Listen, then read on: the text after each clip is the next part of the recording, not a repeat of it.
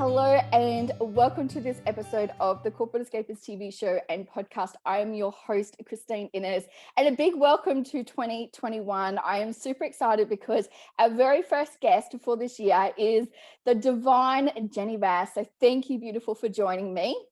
Hey, Christine, and hey, everybody catching the show. I'm so delighted to be here. I'm super excited, and obviously we're kicking off the year pretty huge because you were in our December issue of the Corporate Escapists magazine, which I'm I was so excited when you said yes, I'm coming in, and to really share all the magic that you have been working on last year, and just really what you're doing to help and support so many people, which I think really this year everyone is going, I need to up level. I need to do something for myself to make this the best year ever. Absolutely. For most of us, I think last year was a bit of a write-off. And rightfully so. For some of us, we went ahead with our plan Bs, and some of us were waiting for things to happen. Some of us didn't know. And so we held on to what we had.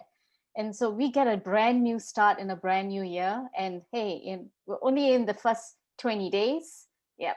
Let's rock and roll. Absolutely. I love it. And I just love your positivity. And this is why, I was really excited. I'm like, oh my God, Jenny's my first guest for 2021. I was super excited with it. So thank you so much, beautiful. I really do appreciate it. And I just love, obviously what you're doing. So do you want to share with everyone, because you've got this amazing concept, which is the daily 1% better. And do you want to just share a little bit about it? And we're going to sort of dive in a little bit more and see how we can give some really great tips for people today in this episode. Absolutely. Daily 1% is my passion project. It comes from a place of love for me. And because it's born out of a place where I went through the toughest period of my life. And before I formalized this into a program, I was actually trying daily 1% better on my own for about 10 years. And previously, phase A of testing daily 1% was all about the big push, the corporate push. Let's push, let's surge. And when I went through a personal crisis, it was, can we just get out of bed today? So it was such an extreme. And for me, coming out of that phase, that second phase of daily 1%, was when I truly, truly realized what it is, what the basis of it is, and what that meant coming from that place of my life, that stage, and to where I am. That's been a big big mind shift, mind blown, all of the big stuff. Yeah. Yeah. And I think it's really key because, look, there's a lot of coaches out there, and a lot of people say, do this, and, within 30 days or whatever, you're going to be right. Whether it's, working on your mindset, whether it's weight loss, any of that sort of stuff. But literally what it comes down to is working on you, and you put in one practice at a time, and you keep working on that. And once you get it, and, I always say that I remove the word perfection out of my vocabulary because it just doesn't exist. It's something that is so unachievable that you get to that point where you go, yeah, this is great. But then, there's always something more with it. And this is why I love that concept that you've come up with, because it really is about, some days it is my 1% that I need to do today is get out of bed. Yeah, totally. And it's just to be here today. And if that's what you can do, we need to start going, thank you, I've done that today. Fantastic. Well done. Because if that is the best you've got, then we actually really need to embrace all of that. Totally, right? Because we think that when we can't get out of bed, that it's a 0% day. And there's no 0% day. We got out of it. We opened our eyes. We checked our phone. We didn't like what we saw on the phone. We put the phone down because it didn't help us. That's the 1% already saying, I'm just taking care of me. Yep. And I think we think we need to outsource our feelings of better to someone else, when really 1% is, how do we go back to taking care of this person inside of us, the most important person of our lives? Yeah. And it is really difficult. I mean, look, we've all heard the saying before, when you're on an airplane and something goes wrong, you put your oxygen mask on first. But look, I'm an overgiver. I am a caregiver. I am just one of those people that constantly gives. And even with all of the coaching experience that I've had, and I've learnt myself, and all the coaches that I work with, I still even find it hard sometimes to put me first. And, it is just something that we really do need to get back to. And if if you can just even give yourself 5 minutes a day just to you, to nourish yourself, and that's either read a book, I know, as you know, I remember when my son was little, like even just being able to take a bath or a shower without like a kid running around and, or if you're in the toilet knocking on the door, mom, like, Exactly. sometimes it is just that 5 minutes, which is your 1% for you. Yeah, exactly. Because we matter, don't we, at the end of the day? Mm. And as givers and people who are, we've been trained to always put other people first. Yeah. And sometimes, and no one said that you could also put yourself first. Mm. And so we took it on saying that means I couldn't be in that equation. Yeah. No one actually said that, but somehow we believed that to be the truth, that I have to, especially mothers, especially women, we have to put everyone else first because no one is going to take care of us. But we hope that someone is, our partner, our friend, our children, our boss at work. But at the end of the day, we realize they're not actually juggling our balls. We're juggling everyone else's balls. Mm. And and what if we just went back to, you know what? I'm just going to do this for myself. And here's how. Yeah. And we stick to it no matter what. And if daily 1% better is saying, I can't get out of the bed, you need to do this. Right? Of course, not children, but adults, the adults in our life, that we need to be able to say, I matter. Mm. And one of the most important questions I ask my clients in all my conversations with them is, do you belong to you? Mm. That's Because super powerful, that.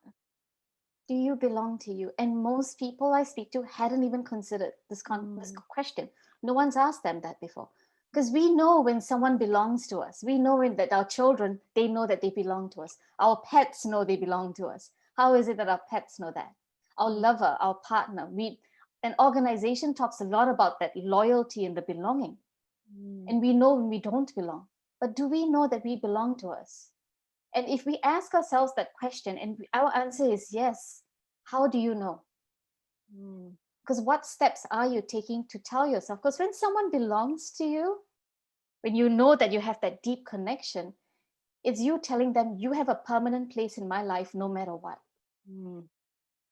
That's the power of the unconditional love. And we give that to everyone except ourselves. But we are the most serving of that, deserving of that unconditional love to ourselves. So this is where the program takes you to that question where you can actually say, I'm starting to. Yeah. I do now. Oh, yeah. Yeah. And I think it's really important because like I talk a lot about, obviously when I left the corporate world, and having to, I guess, find out who I was again. But the whole belief system that was like I say instilled in me, but literally it's just what I took on. And it was the fact that once you leave school, you go get a job, you go get married, you settle down, have a family, but you still keep climbing that corporate ladder. And it's not until you retire that you have fun. And it's sort of like, well, where do you come into that equation? There's never a point where I even ask myself, well, what do you want, Christine? Yeah. It sounds like the antithesis to life. That you only get to live your life in your 60s. I'm like, come on. Yeah. Come on. And we've had all the best writers in the world who've gone on before us to tell us, guys, don't do that. Yeah. Have your life when you can. Make it your priority. Make yourselves the priority in your lives. Yeah. And it's so easy to fall into that game, right? Of this is how a successful person looks like. Therefore, you need to meet all these milestones. Yeah. And maybe some of us aren't wired like that. Maybe some of us want the successful career before we start the family. And there's nothing wrong with that. And that's the other element to all of this is the toxic shaming. Like just because we're a bit different, there's so much shame in our society, in our modern day society. And there's even more now. It's so prolific wherever you go to any social media platforms. Anyone who's got a microphone or a pulpit, everyone's determined to shame. So how can we feel that we belong to ourselves when we're being told you're not doing it the right way? What you're doing is wrong. You and I had a little bit of a chat about how people impose, right, their ways on you. And you're like, that's actually not for me. Thank you, though.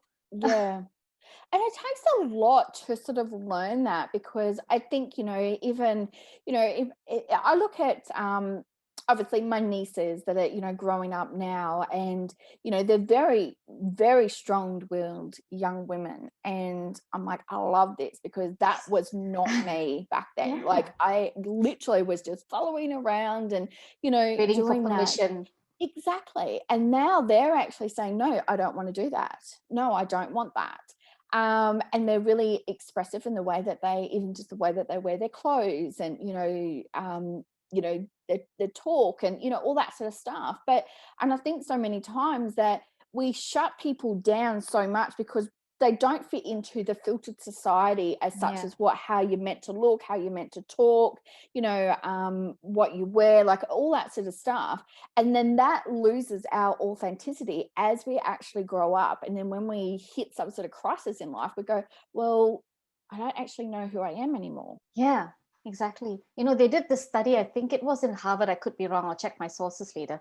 They said at the age of 9, to the age of 9, girls and boys don't quite see the difference. When they studied the children, they don't, they develop in the same manner. But at the age of 9, girls start losing their confidence. Mm.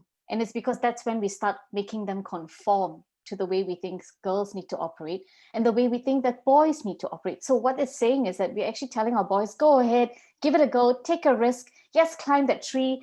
No, sweetheart, you need to wear a dress. Mm. Girls don't climb trees. And how many of us, as much as we try to do that within our families, and maybe we are still maintaining that we are all equal and everyone gets equal opportunity, but when they go out, they are meeting that old thinking, that old school rhetoric. Yeah. Where boys are like that and girls like that, and anyone who's in between is a weirdo. Yeah. Like Yeah. no one gets to belong. Yeah. Yeah. I love I read a book of Brene Brown's, and I'm probably going to get this all wrong, so I do apologize to anyone who is a massive fan out there. But it's Brave in the Wilderness, and one of the things that she says is that sometimes you have to walk into the wilderness alone to actually find your tribe.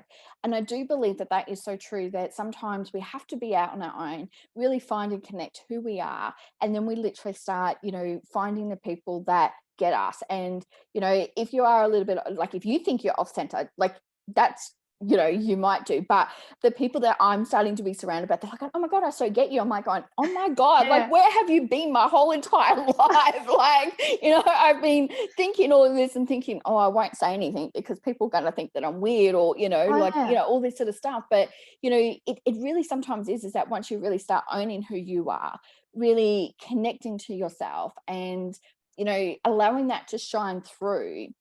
And sometimes that allows you then to build your confidence up, but it allows you then to connect with your tribe. Do you agree? Yeah. Does that, like, do you Oh, find totally, totally. This challenge that we have is when we're about to do something new, something different, we're going to get resistance from the tribe, because the tribe, the way they survive is by keeping everything equal.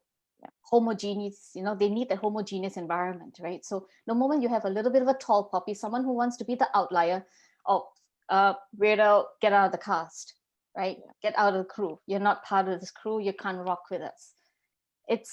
And so part of it's the shame, it's the abandonment and the rejection that some people suffer from. And that in itself can be crushing enough that someone would just go, you know what, maybe I shouldn't leave. And then they try to step back and stuff their dreams down, right? Yeah. But then the rest of us who actually go, you know what, I think I need to do this. There's like, if I don't do this, I'm gonna go. So we step out and we get into the wilderness, and we have to face, and it's in the wilderness that you face your worst. Because it's just you and your own voice and your own thoughts and your own feelings. And that's when you start figuring out, oh, okay, this is not working in for me anymore. This is the old thinking that I got from the tribe. I can't take it into the new world. And it's in that wilderness I too have found my tribe, one by one. And interestingly enough, from my old tribe, there are some who've come out into the wilderness because they saw that I made the first move. They went, oh, if she can do that, that means I can do that too. It's not so bad. And bit by bit, you find the people who think like you, laugh like you, have the weirdest similarities. Oh yeah. Have the weirdest of similarities. Like I'm someone in my tribe, and she's my business partner. She and I, we both love Madeleine Albright, former, Secretary of State. Like What is the coincidence of that? Mm. The uncanny things. And it's things like this that, you realize that there's a lot of resonance. Mm. There are people like you out there. You got to go find them. Mm. Because if you're going to stick with the ones that you used to work with, you're going to fall into the trap of trying not to feel like you're going to be alone again. And Yeah. that's the worst thing to fight. That's why for me, the whole, do I belong to me? The moment you can do that, it means you can step away from the tribe that does not serve you. Yeah. Yeah. And I think that's a really like important question. Like anybody, no matter where you're at in life, is to constantly to go back to, that question. Because I mean, even, we were talking beforehand, and, as you start, going, you've stepped out, and I've done that, and here I am 12 months or so later in my business. But then when you're about to go to the next level, you even start to have all of those different things come up. And so it's just constantly asking your question, do I belong to me? Is this serving me a purpose? Is this really, where do I want to be? And sometimes it's easier for us to ask those questions to others because we don't actually want to look inside ourselves and have those difficult conversations just with ourselves. It's confronting, right? It is confronting. I love to use this analogy of mirror, mirror on the wall. That famous classic fairy tale, right? And we all know that the queen is she's not represented well in that story. And I'm curious, what if the mirror had just said all the time, why do you think you need to be queen? What gives you the right? What if the mirror had spoken to her in that way and she believed the mirror?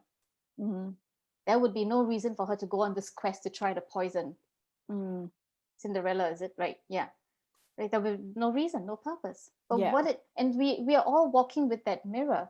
So if we don't try to shatter, if this mirror is broken to begin with, because it's all the old school programming that's gone into it. And if we don't sweep that up and let it go, we're going to walk around with the same mirror. Thinking that that's our true reflection. So every time we move into a new level in business or in a new career or in a relationship even, you need a new mirror. That's the growth. That's who you start seeing yourself for who you truly are. And you are okay being you. How many of us can say that we're okay being ourselves? It is a very, I mean, I look back on my journey and, a lot of people go, oh, well, you've become, you've achieved this in so long. I'm like, but you didn't see the work that I did 4 years leading up to this. And it was tough work. So is there a way that, as people start going on this journey, that do you believe in them actually, like for me, I always reflect back to see where I've come from and, all the different, things I've achieved, but also too, I think one of the things that we forget to do is also celebrate ourselves. Celebrate. Yes, absolutely. And it's actually one of the first things I tell my clients to do. Celebrate. My clients, I should have brought a journal. I have a copy of it. I have a daily 1% journal, and every day, religiously, for 3 whole years, I was writing down every little thing that I did that I was proud of. Like the days when all I could do was get out of bed. And then I had to get back in. That was all I could muster for the day. That was worthy going into the journal. And of course, the voices would go, oh, are you sure? Look at other people. I'm like, no, this is about me. I'm just going to stick to that. And then slowly you start seeing, oh my gosh, I had the most difficult business conversation ever. I closed the deal. I ordered my first set of books to be shipped out. I sold my first magazine, right? It's all these things. When you start tracking those things, you will see how much you've grown. Every Friday, I look at my list and I go, check me out. Exactly. Right? Check me out. It's not about the money. Yes, the money will help, but it's really about my personal growth and development and how much I've gone for my goals, how far I've pushed myself. Even when it terrified me to do that. One of the things that it's not a strength of mine is selling. I'm not a strong salesperson, and I'm okay because I work with people who can handle that. But for me to even have a conversation like that is a stretch, and that goes into my journal. Like, and a big star. We used to get stars as children, right? When we did Yes. something great in kindy. Like, why do we stop doing that? Yeah. Exactly. And I think, that it's very hard for us to celebrate, what we've done. And I love teaching people, we I think naturally, and it's not just women, like we always brush off compliments. Oh, yeah. And I always teach people, I think the biggest thing that people need to do is you go out and you do a random act of kindness to somebody. Go out, do something, whether it's buy somebody a coffee or just call one of your girlfriends that you haven't spoken to for a while. And I always say to them, once you finish, I want you to take a photo of yourself. And the reason being is that you will actually remember how good you feel. So when someone pays you a compliment and you brush them off, you're actually denying them exactly how you felt right then in that moment. And it's really a game changer because we constantly want to give, we're givers. And when Not someone goes, takers. oh, don't worry about it. Oh, This old thing. yeah. Oh, oh, really? I just got out of bed. Like, Yeah, like all that, this sort of stuff. But, it's just about saying, yeah, thank you so much. I really do appreciate. And it's about, yes, you're taking, but you're also giving again so much to that other person. And I think we exactly. forget about that additional pay it forward, I guess, sort of momentum that we can give to people in life. Precisely. And giving and receiving requires both hands, right? And I tell my clients this: when you give but you don't receive, you're actually doing this. And that means you're not reciprocating. And without reciprocity, there is no abundance. Yes. So you're giving essentially from an empty cup at a Yeah. certain point. Like, that's not giving, that's sacrifice. Yeah. That's not the state you want to be in. You receive and your cup gets full again. Like, how easy is it for us to get an affirmation or a mention of love, a little gift, box of chocolates, flowers, or even a little compliment or a thank you from someone, Yeah. and it makes us go, right? Like, we Exactly. feel so chuffed, we feel proud of ourselves. Yeah. And it takes us so far. If we're Mm. able to give that gift to someone, why shouldn't we give it to ourselves? Exactly. We're more than enough Yeah. to receive that. And it's so true what you're saying, Christine, is that the ability to celebrate, right? The practice of celebration is in all the little things that you do. Mm. And if you deny yourself these little things, how do you expect to receive when you're saying, no, I don't need it? Yeah. That's hard. That's hard, I find. Yeah, it has been a big learning curve for me. And, one of the, especially in business, like you want to sort of try and do it all yourself. And, you're starting to realize that you can't do that. So I want to ask you, if somebody's listening today right now and they're, they're stuck somewhere in life that, they just want to do something. So with the daily 1% better, with what's one of the practices that they could do right now Okay, to help them sort of, I guess, feel good or just change the way that they're feeling around themselves? great question. One of the things I would say is, firstly, the first thing to do is to celebrate. Write down, take note of your daily 1%. Yeah. And throughout that practice, a lot of self-compassion. Yeah. Tremendous heaping of self-compassion. Yeah. That is, I know it's going to be a challenge because we weren't taught how to do that. Yeah. And it literally goes like Yeah. this: Yeah. I am not going to shame myself. Yeah. Definitely. Just Definitely. saying that I am not going to shame myself for this. Yeah. I need this. This is for me. Yeah. And I am okay doing this for me. Yeah. Yeah. And being okay and doing and following through. Yeah. And as much as there's resistance and like this ickiness, this awkwardness, it feels ridiculous. That's how it would feel at the first time. All my clients go through that. Yeah. Write it down. Yeah. Get through it. And just that one step every day for the next 30 days, celebrate one thing. Write down your 1%. And if you want, I've got a 30-day calendar that you can grab from me, a journal. I'll be more than happy to share this with anyone who's listening. I'll drop the link with Yeah. Christine. And do this. And for the next 30 days, at the end of it, see how much you've grown. Yeah. The fact that you resisted and you wrote in the journal is also 1%.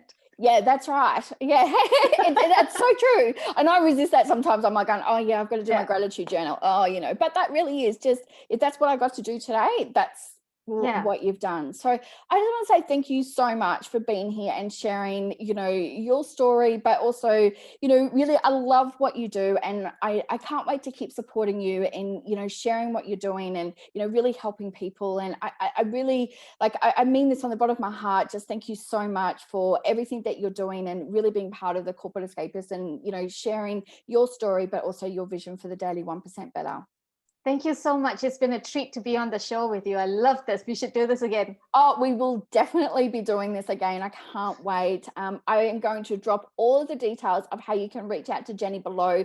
Make sure you go and chat to her, get the journal as well, because honestly, this is a game changer for anybody. And honestly, it's just that 1% that we do every single day. I want to say thank you, Jenny, for joining us today. Thank you to everyone who is watching this episode of the Corporate Escapists TV show and podcast. I am your host, Christine Innes, and remember to follow your passion every single day. Love and light to you all. Bye, everyone.